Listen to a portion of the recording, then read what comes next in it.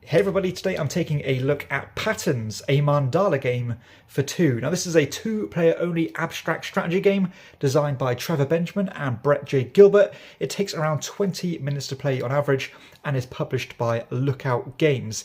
Now before I get started on my review of Patterns, I want to give a shout out to the show sponsor KIENDA.co.uk, who are my go-to online retailer, and if you use the link in the show notes or the QR code, then you can get 5% off your first order.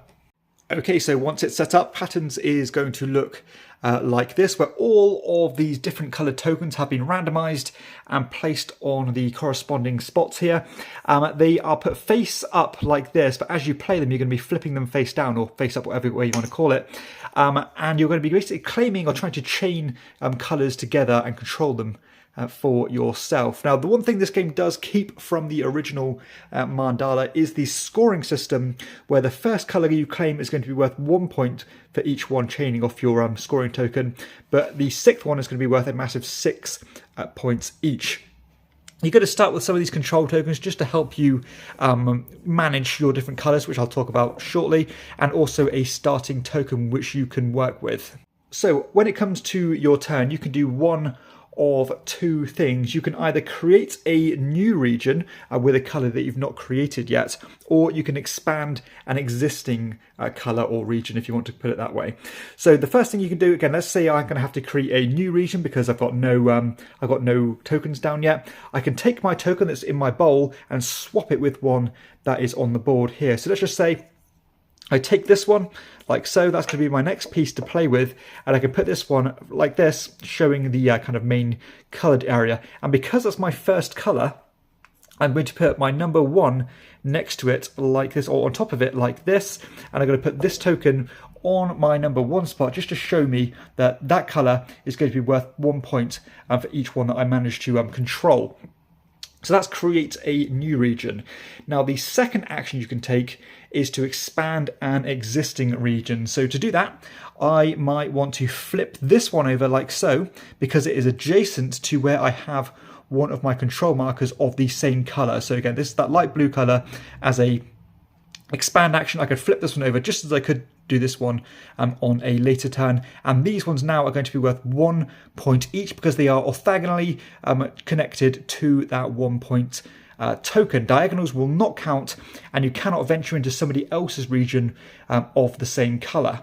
Now the second way you can expand a region is to place a new token there. So in this scenario I couldn't do that because I've got no matching blue ones, but just think a couple of turns ahead. Let's just say I spent my turn placing this one, let's say here, putting it like this. Again, I'll take this one into my bowl, ready for my next piece. This is my second colour placed now, so I'll place my second colour token there and place the little corresponding marker here just to show me that's worth 2 points, or will be worth 2 points.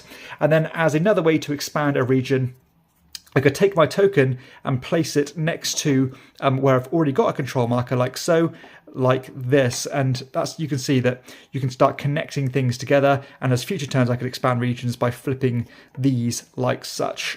And that is essentially how the game will work until one player can no longer take one of those two actions. Of course, all of these tokens would normally be taken, and you'll have probably at least 5 or 6 of these different things mapped out on the board.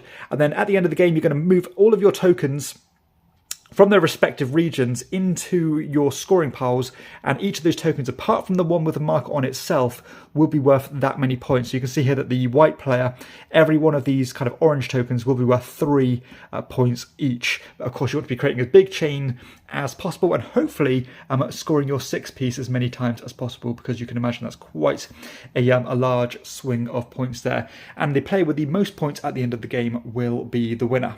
So hopefully you got an idea about how the game works there, but let's share some thoughts on the game. So when I heard that there was going to be a sequel to the original Mandala, which just so happens to be my favourite two-player game of all time, naturally I was excited because the original was so good, and it's the same design team, but I was apprehensive because it had a hell of a lot to live up to. What I was ecstatic to see is that this is a completely different game, but it kind of keeps the feel of the original Mandala purely through the scoring system. And this is one of my favourite scoring systems of all time. I love the fact that you have to pace yourself and kind of map out what you think things are going to be worth, because you don't want to put too much energy into flipping the 1 tiles over, because of course they're helpful, but they're only going to be worth 1 point to you. But at the same time, those blue tokens could be worth 5 or 6 points to your opponent, so it might be worth trying to flip them all before your opponent gets to convert them into a higher points ratio. So it's kind of like grabbing or seizing opportunities, but still looking to the future to try and build up these regions to be the bigger ones. But at the same time, of course, your opponent is doing the same thing, but at a different ratio to you. Because as I said, just because something's worth very few points to you does not mean that it's worth few points to your opponent. The player tension that comes through the board here is so strong, because although it looks like there's a ton of space and maneuverability on the board, that's actually not the case. It very quickly starts to get swallowed up by the other players, and opportunities are always slipping through your fingers. You really do need to know when to prioritize your actions, because you might line up the perfect arrangement here by maybe making all of these particular colour tokens worth a hell of a lot of points. You've got everything in the right place, but then your opponent starts grabbing them away and pulling those points away from you, meaning that you have to spend quite a lot of effort flipping them over and converting them into points. But every time you do so, you are giving your opponent the option to do something else and seize another opportunity on the board. It also kind of counteracts the idea of early opportunities being kind of you can make up for it, because again, if there's a great space or available on the board where a bunch of the same tiles are next to each other, yes, you might jump in there and grab that somewhat first player advantage, but again, those are only going to be worth 1 point each, and later in the game it's going to balance itself out as another opportunity has fallen at the feet of your opponent. This game also does a fantastic job of blending strategic and tactical gameplay, because you can plan several turns in advance here, as long as your opponents don't mess with your plans, that is. So you do need to know when to pivot when needed. But because you only ever have 1 token to play with at any time, sometimes you are restricted in what you can do, because if an opportunity arises and you want to get in there, you might not be able to do that because you do not have the appropriate token. And it gets more difficult as you start committing to the colour types, because in order to shed these tokens that you've already got established, you need to be able to expand already on the board, which is not always possible. So you might need to waste a turn or two flipping tokens before you can even swap your token over. So, and of course, at the same time, your opponent is doing their own thing, and the board state is always dynamic, always changing, and new things are always popping up, and the optimal plays are always changing. So mechanically, this game is super elegant. I think maybe it's going to take the first few turns to understand how each of the mechanisms work, but once you wrap your head around it, it's very simple. Again, just expand a region or start a new one. And of course, there are 2 different ways to expand an existing region, one of which is so simple, just flipping a token over, and the other of which is, of course, swapping a token over to a space or next to a space you've already got one of those matching tiles. So again, elegance personified here in terms of the rules overhead. No fiddly rules minutiae, no exceptions to rules or anything like that, which is what I loved about the original and is definitely maintained here. This game offers an abundance of meaningful decisions from start to finish. It is quite astonishing, actually, how much game is here for a 20-minute experience. Really off the charts in terms of the time investment and that ratio. So full respect to that. If it was very punchy, there's very little downtime.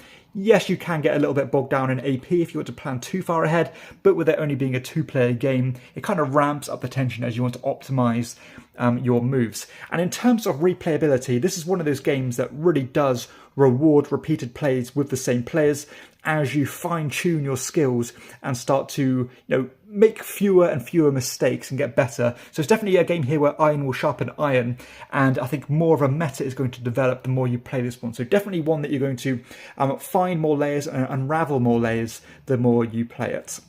Production-wise, it's generally decent. It does maintain the original T-Towel as the original, which I suppose is kind of its gimmick now. It looks a little bit drab and a little bit bland, but it's absolutely fine. I've got no issue with it. The player pieces look nice, all the different tokens look nice. A couple of them aren't the most colorblind friendly, but I can just about forgive that.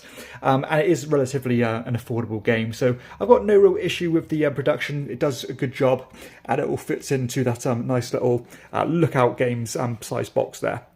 Okay, so let's share some final thoughts on Patterns. And if you couldn't tell by my enthusiasm throughout the review, I absolutely love this game. And I'm so happy to say that because the pressure was strong for this one to live up to the original. Now, I could even say with more experience with this one, it could even reach the level of the original, which I think is like a 9 out of 10. I think it's that good. This one, I'm still kind of finding my feet with it, but I can certainly say without doubt it is a fantastic design that, again, feels distinct and unique in its own. It feels more like a traditional abstract game, but blended with that Mandala scoring system, it just takes it above and beyond. It managed to stay concise, it managed to stay streamlined, with only two simple actions that you can take, really.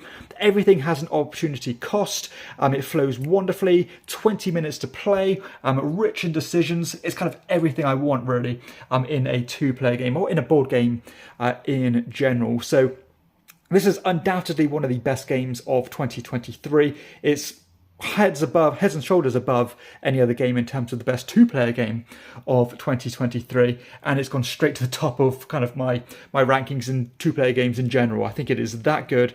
I've loved every single game I've played of this one. Every new game gets better than the last, and it's just a phenomenal experience and just a complete triumph of design, in my opinion. So if you like these kind of streamlined, timeless, elegant style games, then you can't really go wrong with Patterns. Undoubtedly a chairman's commendation, and I can see this one going from strength to strength.